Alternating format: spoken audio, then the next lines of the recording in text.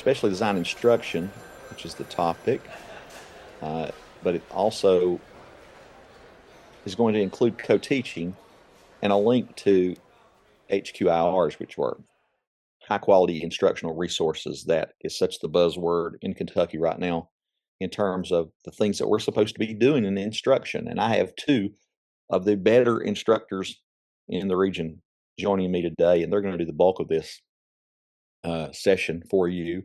We're going to hit compliance and instruction a little bit, but we're going to talk a little bit about specially designed instruction up front, just kind of establish what it is and that type of thing. And we do appreciate you joining us here at KVEC. My name is Denny Paul May. We're joined by Chassidy Craft, our literacy consultant, and Dr. Dionne Bates, our regional director. And certainly we want to thank each and every one of you for being here. And so without further ado, we'll get started. Today's learning targets is to better understand what the purpose of specially designed instruction is, look at the SDI components, and then look at the differences between, well, not just the differences, but the differences and the similarities between high quality instructional resources, strategies, interventions, and then SDI. And so here's one statistic that we've been using for a bit now. 64% of students spend 80% of the day in their general education classroom. 64% of students with disabilities spend 80% of the day in general education classrooms, according to the U.S. Department of Education. Now, that has far-reaching implications, both in compliance and in instruction, in terms of what we're supposed to be doing for our students with disabilities within the context of a general education classroom. We know that there's lots of things going on. There's lots of moving parts, and we're going to talk about those and hopefully make sense of how those things work together in terms of providing a free, appropriate public education. And, you know, IDEA is in its 50th year, and IDEA is the Individuals with Disabilities Education Act. And there's really 3 or 4 component parts to IDEA. One being compliance. That's the, you know, where you're getting the due process kinds of things correct. You're getting the right people to the ARC table. You're getting you know, a 7-day notice executed correctly. Those types of things. Then when you get into the component parts or the substantive parts, you're talking about how are we writing an IEP and how are we correctly writing an IEP. Specially designed instruction is one of those component parts.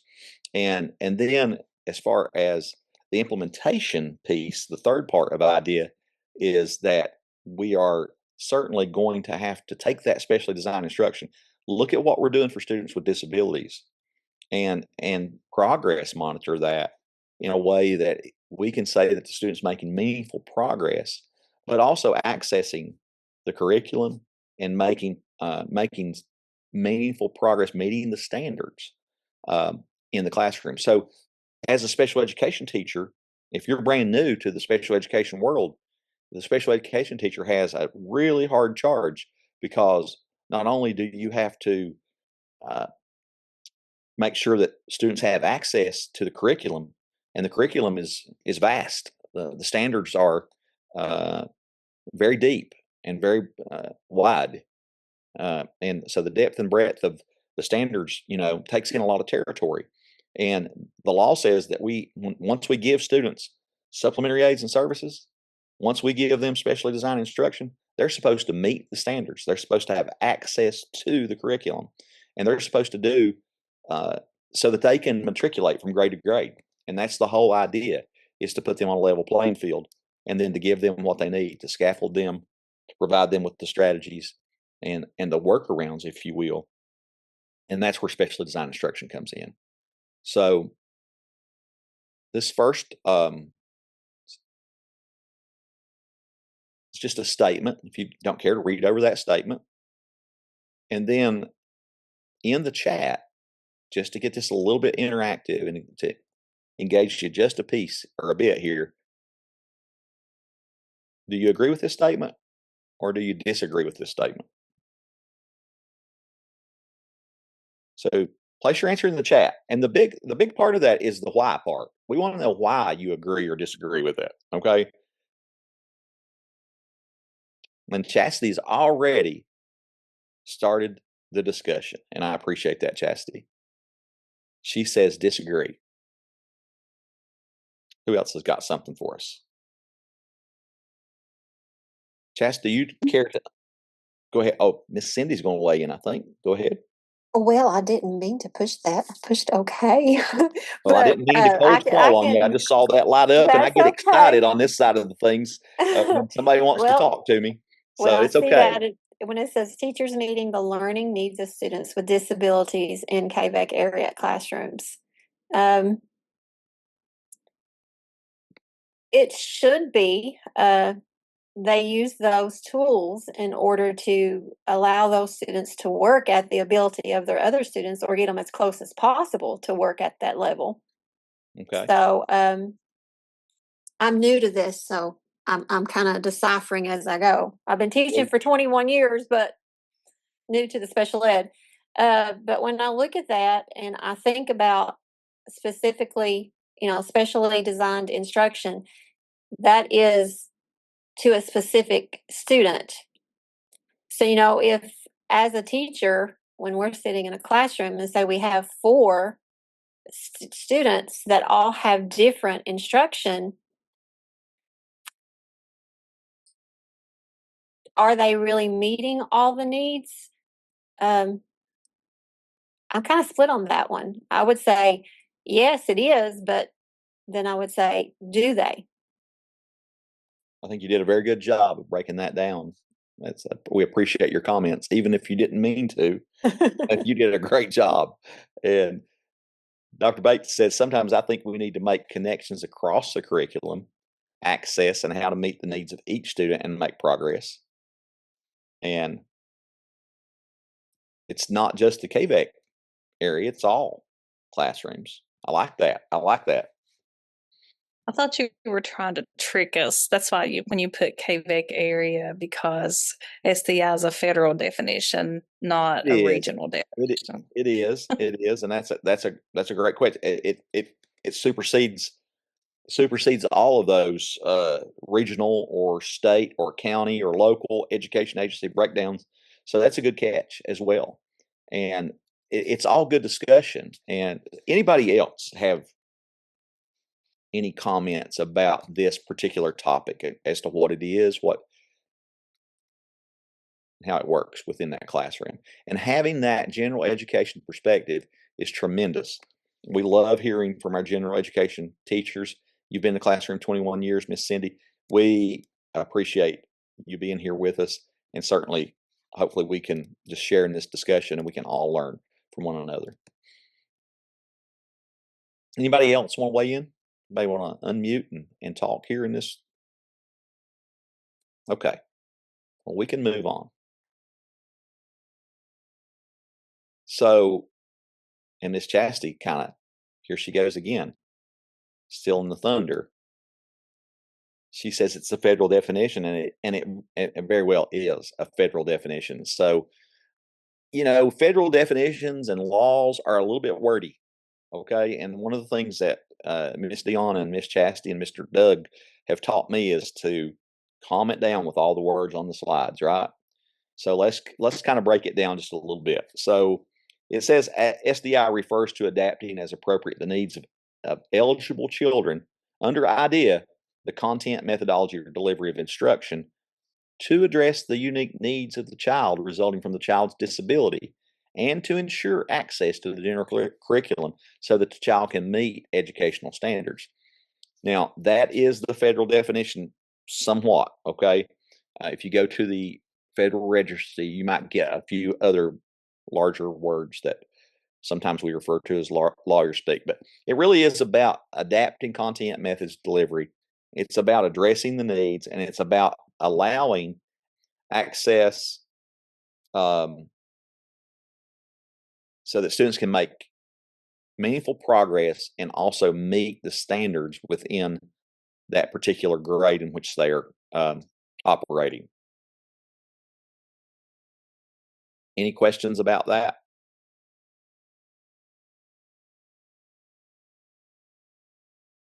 So just ensuring students with disabilities can access grade level instruction. The key takeaway, SDI is not extra work. It's intentional instruction written in the IEP. So some of these resources, if you dive into these resources, the IEP guidance document talks at length about specially designed instruction. One of our favorite books about specially designed instruction is Ann Benninghoff's book that she has written, I think in 2022. And then there's a brand new one out that we're diving into, written by one of our favorite authors, David Bateman, and some of his friends on specially designed instruction. It's the definitive guide. So, we can help you find those books and resources if you so desire. You can let us know, and we'll help you find that that piece that really defines it really well. But these three are, in my estimation, are the best resources for you to learn more about. And when we do a training, we want to talk about things you do well, and we want to talk about things that maybe you've forgotten a little bit about or whatever, and then inspire you to dive in on your own. And these are pieces of documentation or pieces of work and resources that you can dive into to really help define what specially designed instruction is. Here's another one, and I've got it linked. This is an old piece.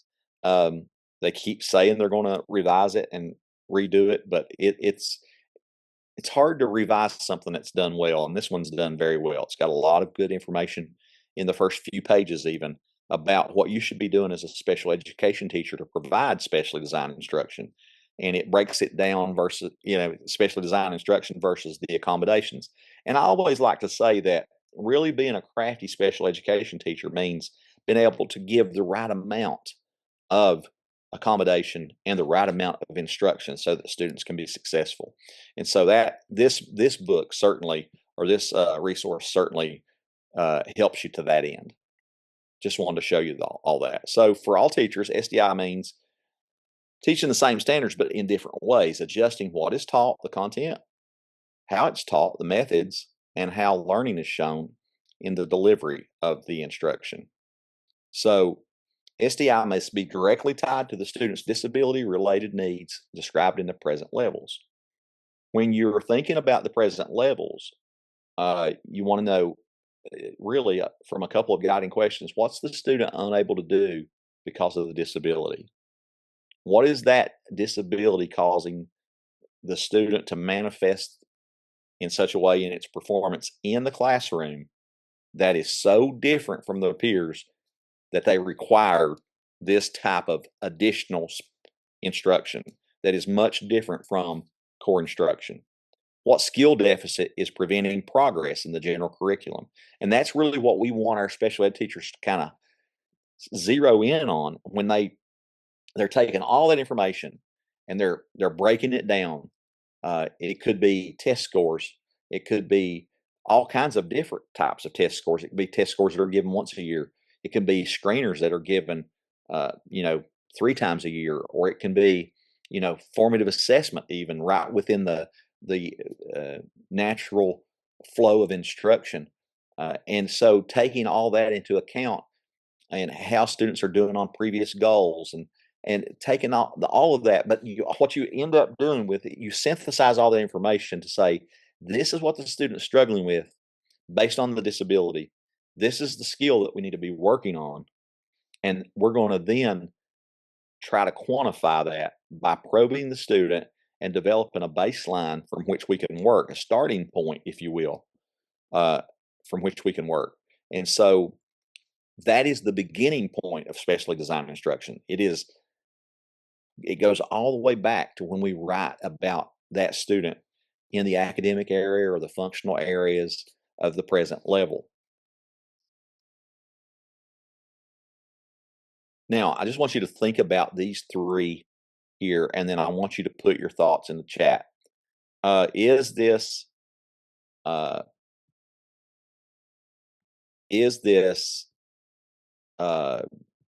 specially designed instruction?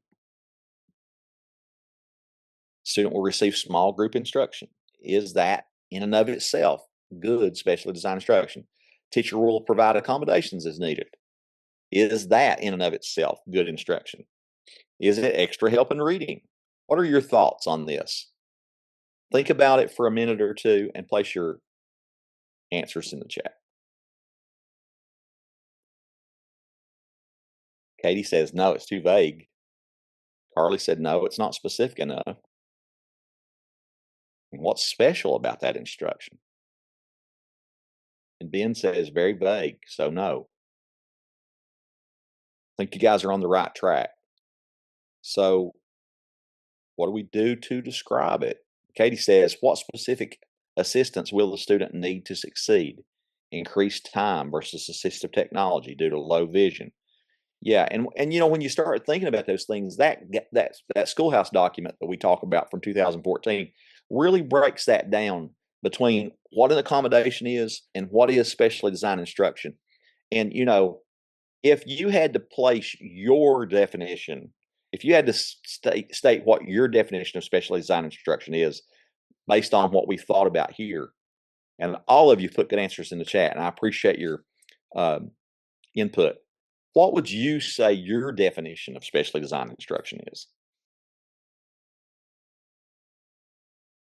Because when you go back to that, when you go, and I love what Katie wrote there, because it bounces back and forth between what supplemental aids and services or supplementary aids and services are and actual instruction, right? Changing the actual instruction provided to the student. And that's exactly what it is. Okay, it's special. It's something more. It's something on top of everything else that the student gets. Because if you've heard Brenda say it one time, you've heard her say it 100 times if you've been around us in trainings, or we've heard it, where she says, you know, these children are general education students first, and they are. And so special education is a service that is an add-on based on their disability. So very good. Anybody else have a definition of specially designed instruction? I'm going to throw one in there for you. Is it intentional to the goals on the IEP? Is it meant to bring about progress? Can we monitor it? Is it something that we can monitor? Will it bring independence? Do the skills that we teach the student travel with them across the curriculum? Does it assist the student in meeting the standards? So those are all possible definitions of specially designed instruction. What do you guys think? All right, so when we're working on an IEP, and I know all of you, if you're special education teachers, and you are, if you're working on SDI and you're gonna write SDI into your IEP, we on the compliance side review a lot of folders. But when we look at SDI, we're looking to see, do you really understand what it is that specially designed instruction should be? And we get a lot of additions of supplementary aids and services. We get extended time. We get graphic organizers. We get lots of things that sometimes should be on that supplementary aids and services side.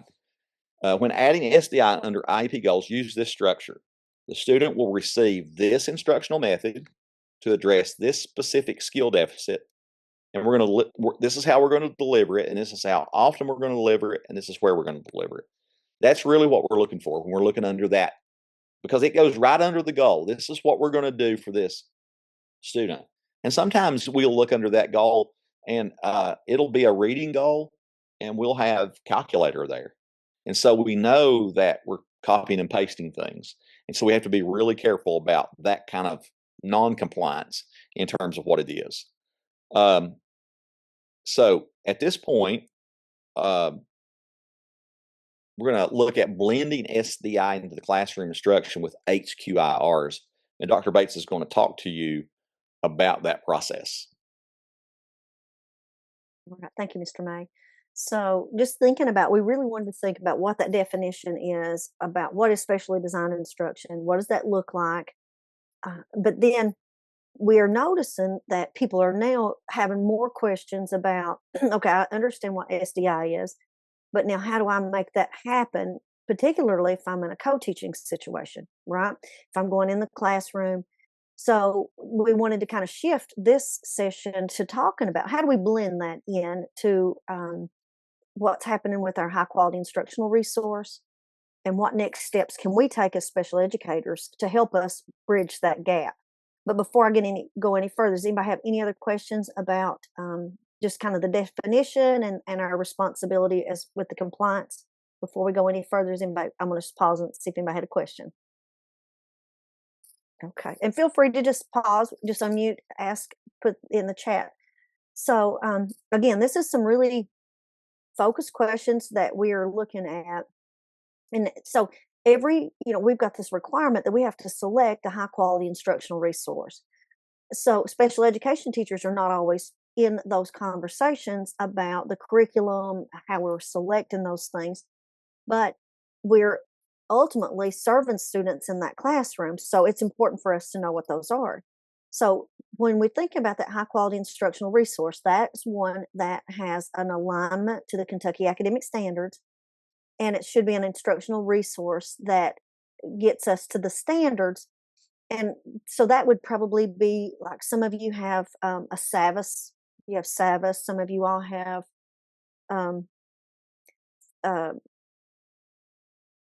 what am I thinking about? Wit and Wisdom. Some of you have the CK. Chassidy may have to help me out. But so amplify, right? So that's what we're talking about with HQIR is the resource that the teacher's using in the classroom. So there should be alignment with that, and that one is really connected to the Kentucky Academic Standard. So when we're starting to think about that for our students, we know again that the most important thing is how we are wanting them to have access, right? But we know because they have a disability, there are some things that part of that disability that prohibits them to access that curriculum, right? And it could be their rate of learning, it could be their working memory, right? So thinking about our kids that have a cognitive deficit, and their working memory or their processing speed. Also, we can have kids who have other health impairment and their ability for attention and focus. So there's lots of different reasons for students to be able to have a need that is a result of their disability. And so when we start thinking about that, the very first thing we do is start thinking about how do we work with that classroom teacher. So our classroom teachers are learning how to use and implement that HQIR. Some of them are real seasoned and they can do it really, really well, but we're still trying to figure out how all that works together because we have this, we have all of these things that are expected to happen in that classroom. We've got that delivery of that general instruction using, a universal design for learning. We have to have scaffolded instruction, then our differentiated instruction. And then on top of that, we have a multi-tiered system of supports or MTSS RTI. And then on top of that, our students with disabilities get specially designed instruction. So how do we make all that work together? So the first thing we think about, particularly in those co-teaching classrooms, is how do we collaborate with that general education teacher to think about how are we going to make sure that the kids that are part of that have been identified with a disability can get access to that information. So when we talk about specially designed instruction, that's what we talk about, how do we adapt the content or the methodology or the delivery. We're thinking about the barriers that they have because of their disability that would prohibit them. So if we know ahead of time some of those potential barriers, then we can plan for them.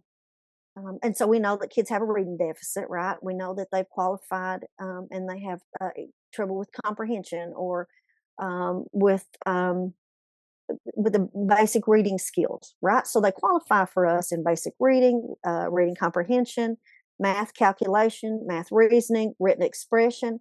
So we know that those barriers are there already. But if we can work with the teacher and think about what are the skills that kids are learning that align with this high quality instructional resource, but that are also matched up to the Kentucky academic standards. So how do we know if we know that this is what they have to know? What do we already think about that could be a barrier for them, and how do we plan that instruction different? Right. So that's kind of a broad lens of how do we see that holistically. So that's the very first thing we want to do, is start thinking about that important piece of that, connecting it all together, because that puts us as special educators at a different place, right? Because we're not planning and designing the instruction necessarily, because with the HQIR, it's kind of laid out for them, and those units of study or what they're working on is kind of planned, but then we have to figure out then where do we fit and how do we help our kids. So when we start thinking about the specially designed instruction, then we think about what we do to adapt content. So when we go back and we look at all of those resources, the very first thing is always listed is adapting content. So what do we do to adapt what we teach? Well, so it's a little bit confusing sometimes, because adapting content does not mean that we adapt the standard, right? So the Kentucky academic standard for that grade level, we can't ever change the standard. The only time that we change the standard is if a child is on an alternate assessment. And with alternate assessment, we reduce the breadth and depth of the standard to only have maybe a smaller amount of skills that are assessed. So that's the only time we ever change the standard. And that gets a little bit confusing for us sometimes too, because we think about a kid in a 5th grade who's reading on the 1st grade level, right? So we don't adjust our instruction to lower it to the 1st grade level, but we have to think about what are the things that a child that should be performing at a 5th grade level. What can they do or can they not do?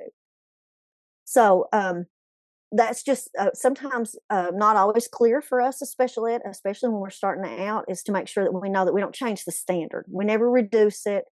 But what we can do is change the complexity of the text, right? Because you've heard them talk about probably how you lower the lexile level. So what's the reading level? So I'm teaching a skill, but I can adjust the text, but I'm never changing the skill that kids are learning, right? If it's to infer or if it's to understand main idea, I'm not ever changing that. I'm just changing the text complexity, but I'm still teaching that same skill, right? Or if I have the number of math problems that I have students, if they're going home to solve 25 math problems, how can I reduce that and give them 10 of the same? Because if I can see that they can do the skill in 10 problems, that's much reduced number of those, because I'm only checking to see, can they do it, right? I'm only checking to see, do they have the skill? So I don't have to change. I don't have to have that many, right? So think about our kids who have their working memory or their processing speed, or they just need extra time. That's one of the things that I can look at when I'm looking at that content. And our curriculum, our mapping, our pacing for general education is pretty swift, right? It moves pretty quickly.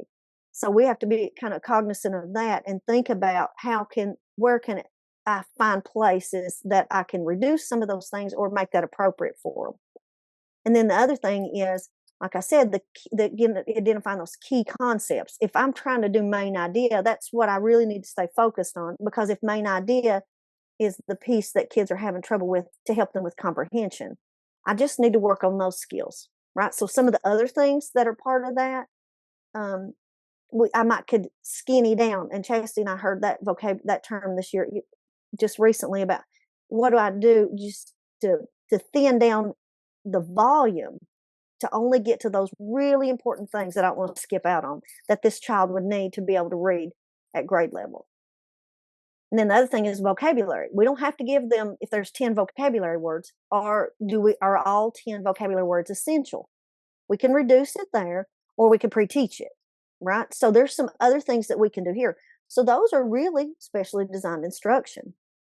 And I think another thing is how do we make sure we know what that really is? Because sometimes we think of some things are a skill or a strategy or an intervention. We have a lot of terms that we have to kind of sort out to make sure we understand what's specially designed instruction, what's a skill, what's a strategy, right? So that's to help us kind of think about just what we need to know for our students with disabilities. The next part is Dr. the method. Bates, Yeah, go ahead. if I could, I was going to be a little verbose here.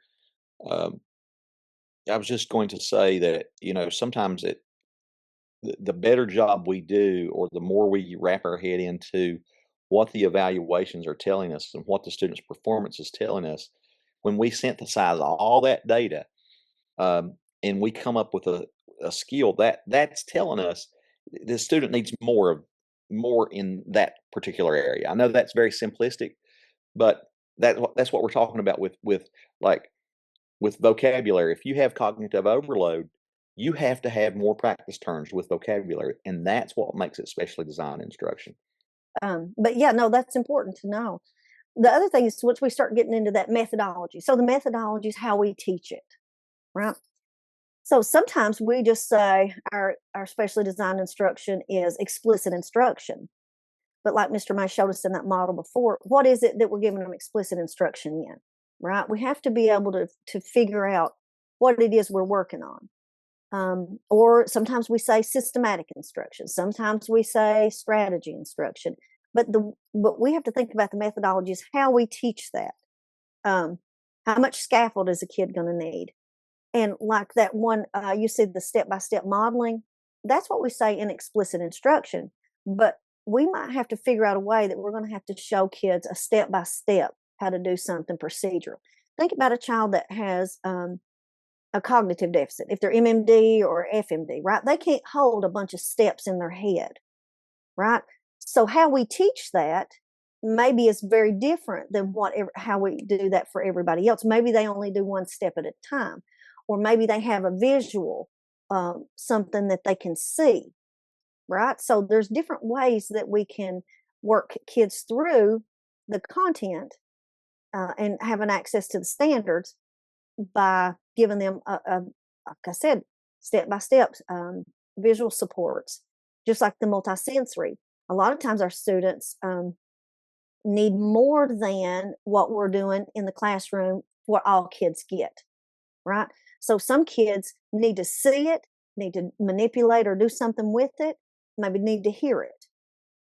So those are still pieces of how we teach that. So sometimes we teach a concept. Let's say we're doing with algebra tiles, and we're working on algebra. Some kids are going to need algebra tiles to be able to see that. So some of them need that auditory, visual, tactile, in addition to what the other kids need. So that helps us think about how do we teach it and what tools are we using to teach it. And then, if we just say methodology is a small group, we really have to be more specific about that, right? Just a small group is not really specially designed instruction. You got to be doing something in that small group in order for that to be tailored for that child, right? Because we got to remember, what is it that they cannot do because of their disability? That's when we have to think about what are we doing in that small group to help them. And the law says right there, Dr. Bates, that to the extent practicable, it should be peer-reviewed and research-based. So when you're looking for those strategies and looking for that methodology, we can help you with that. We can help you locate those things. We can provide you with the resources, and then really diving in and finding what strategy works with each individual is where the magic lies.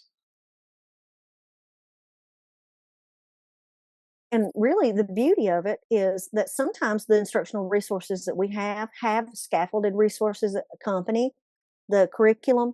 They have manipulatives or recommendations for what to use. So with using those instructional resources, part of that core instruction, we have a lot of things that we can use in addition to that to help us with the delivery and how we teach the method for teaching those strategies. And then the last thing is that delivery. And I didn't mean to spend a ton of time on this, but I just wanted to kind of make sure we kind of understood those different pieces of specially designed instruction. But we think about how kids need access to something. So you think about almost every piece of our text through our high quality instructional resources, almost every piece of text that there is an audio version of that, right? Or we have so many assistive technology devices or technology that'll read it, right? Or they'll scribe. There's all kinds of things that we can do. So that's what we're talking about, delivery. Can we make sure that students have access to what that particular text or that information? And then it might be appropriate that we make sure that they have they can listen to it, or maybe we give them some kind of visual support.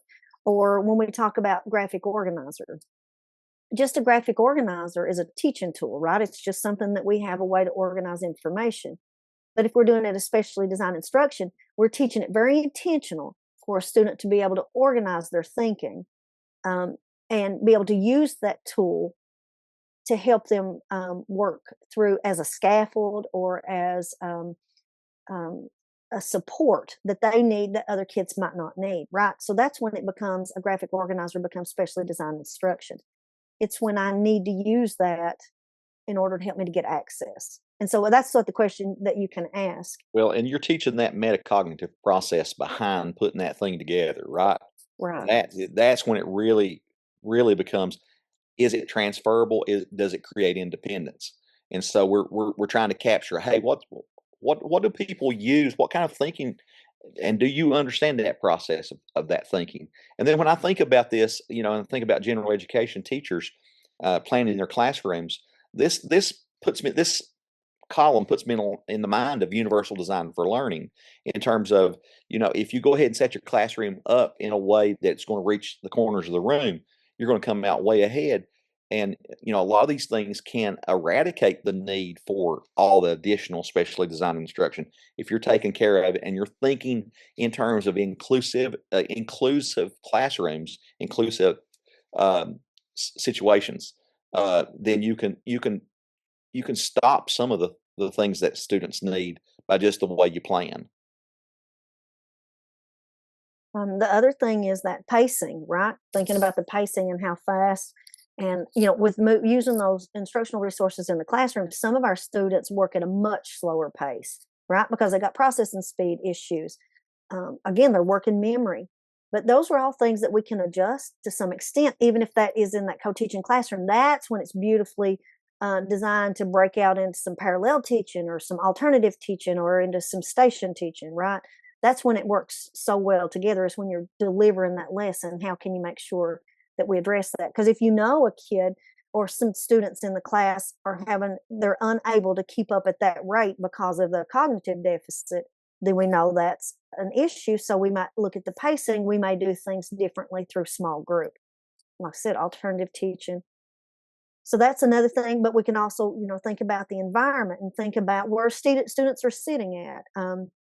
There's all kinds of things. We were just talking the other day about a student that has a hearing issue, right? And how do we move that student when the teacher's delivering instruction? Where do that student need to be in that classroom? Where do they need to be able to sit? Where do they need to be located at so that they can get access to the content also? And that was with a student who had a hearing impairment. The other thing is that how are we giving them communication? Sometimes kids, you'll tell them that, give them verbal directions, but they can't remember them, right? They can't hold all of that, and they need them written. Sometimes they need picture cards.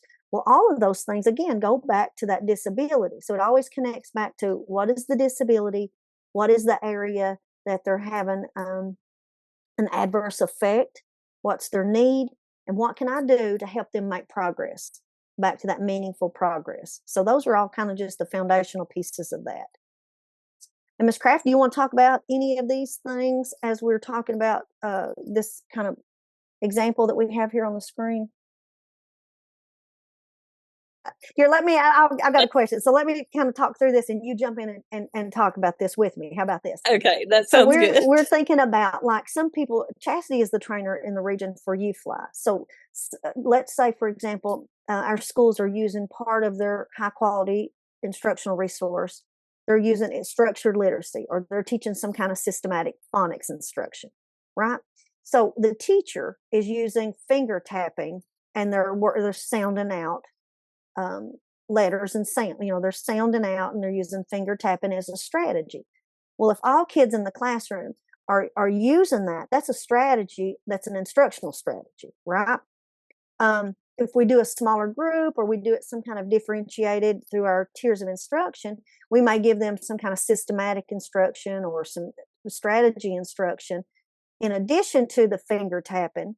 But then the kids who have specially designed instruction, they may be using something in addition to that, like the L. Conan boxes. And that's what I wanted you to talk about, Chassidy. If it's just a strategy everybody gets, that's not special, right? And that's the point I wanted you to kind of point out here, if you could talk about it, because you did a good job explaining that. Okay. Well, just kind of like you said, in what we're seeing, and I'm not sure exactly. Could you all tell me, just real quick, like what kind of phonics are you all seeing, like the structured phonics and the finger tapping and things like that in the regular classroom? So, in some classrooms that I've been visiting, they are using that structured format, like Dr. Bakes was talking about. And a lot of the regular ed teachers are using finger tapping for each sound as part of a strategy that they use in the tier 1. And so that is for all kids. So that's just a strategy that she uses. So for our kids that need that specially designed instruction, they have the finger tapping, which is the kinesthetic piece, and then they have the auditory, but they don't really have that visual piece. So that might not be enough for our kids in order to learn how to decode. So what those students can get for their SDI is like using the L. Conan boxes.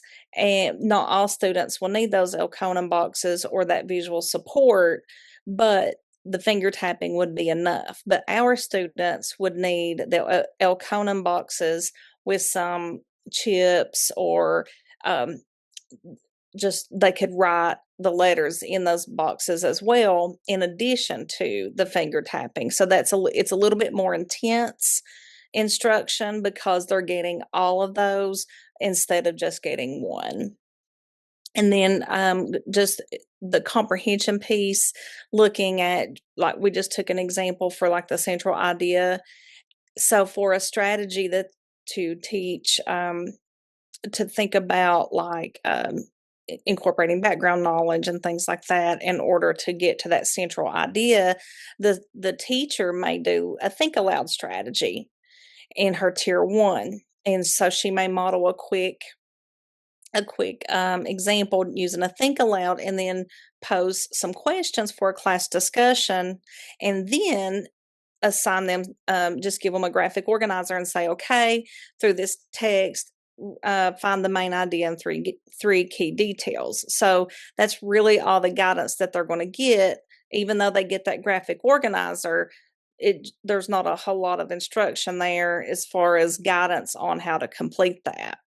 And then for the small group, your tier 2 students, they may need some more explicit instruction. And this is where it gets a little tricky, because we hear explicit instruction for our kids with special needs as well. And but those tier 2 kids also need that explicit instruction. They just need to be taught the difference between identifying a topic versus the idea, or how to identify the supporting ideas. So the difference in tier 2 is we're teaching what that means. What are the details? What is a central idea? And whereas in tier 1, they didn't really discuss the key differences. Okay, and then for our students that need the specially designed instruction, we're going to break that down even further. A lot of specially designed instruction, the key is breaking the big smaller chunks. So we may start with just central idea only, and just talk about that, provide examples for that, and that may be just one session that you work on. And then when you come back the next time, you may talk about the details. And then also going back to what was mentioned earlier, the decreasing the level of difficulty in the text. So instead of using the grade level text, you're going to use like a more controlled version with a lower lexile level. And a really teacher tip is you can take the text from your that they are using from their HQIR, and you can drop it into AI and just say, I need this same text, keeping the same concepts and the same key skills, but I need it written on a kindergarten level or a first grade level or whatever level your student is on, and it will reword it for you on that. So that's I highly recommend that tip. It's real easy to do. So you're going to lower that, but then also provide them with and then sentence frames. Whereas they just had the main graphic organizer, then over here you would have a sentence frame it starts out with the sentence. Part of the sentence is already written, and then they just have to fill in the blank. So I think that one is important. It's just that that what we do in addition to that, because remember, it's really connected to what is it that's part of that disability that prohibits them to, that they cannot make progress unless they have this extra additional support. So I think that's something that we just kind of have to work through and remember. The other thing I think Chassidy put on here was an example for writing, right? So it looks the same kind of thing. The things that we're doing with the strategy, if it's whole group and the teacher's delivering it to everybody, then it's an instructional strategy or a tier 1. And a lot of those things are embedded right into the curriculum. But then when you get to a tier 2 or that differentiated instruction, that MTSS, you can kind of see, again, that's an extra support scaffold. And then what a student with a disability needs. So our students with disabilities are afforded the strategy, that core instruction, that differentiated instruction, and the specially designed instruction, right? Because they may need all of those things. But I think strategies are sometimes hard to figure out what's the strategy, what's the intervention. Because Chassidy and I were having the same conversation, finger tapping. So if you have a teacher that's teaching phonics, but they're not using finger tapping,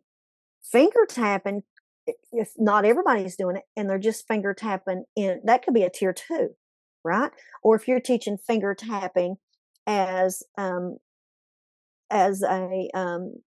tactile, that could be your specially designed instruction. So it all really goes back to how that information and that learning is delivered in that classroom. So that's what that slide before we talked about, talking with the teachers, at least doing some planning. You not be there through all the planning, but if you could just understand kind of what's the instructional strategy that the teachers are using, what is it for tier 2, and then what is that your student need. And again, that was very intentional, right? Because we know, again, based on their disability. And so the disability varies, right? We have kids that have a specific learning disability in reading, but maybe not in math. We know that kids have some cognitive delays, but not all of our kids. Again, so it's back to really knowing what kids are in that classroom during that time as we're thinking about how we can match that up, or how we can blend that especially designed instruction into that what they're teaching in that core and in that tier. So we've also got a couple examples for math, and here's an example one for teach and place value. And you'll see here, I'll just let you take a second and take a look at that place value, but we're seeing about how can we use that with anchor charts, right? So let's say if you're thinking about place value, and we pulled an example from Envision from this one. Some of you are using Savas, but this one's from Envision, right? And so part of the strategy is the teacher uses place value charts and base 10 blocks. So they're using them as a strategy. Well, what does that look like for tier 2? Well, they may need an additional anchor chart. Well, then what does that mean for our students with disabilities? That might need a digital slider or some scaffolded templates. And we have that on the next slide. But also thinking about algebra. How are we using algebra tiles? Then what else can kids use? Anchor charts. What else can they use? Like this was a great example of coding a system, like a color coding system. So if you have kids that need extra support, they may have a marker and they're highlighting the coefficient blue. They're highlighting variables green.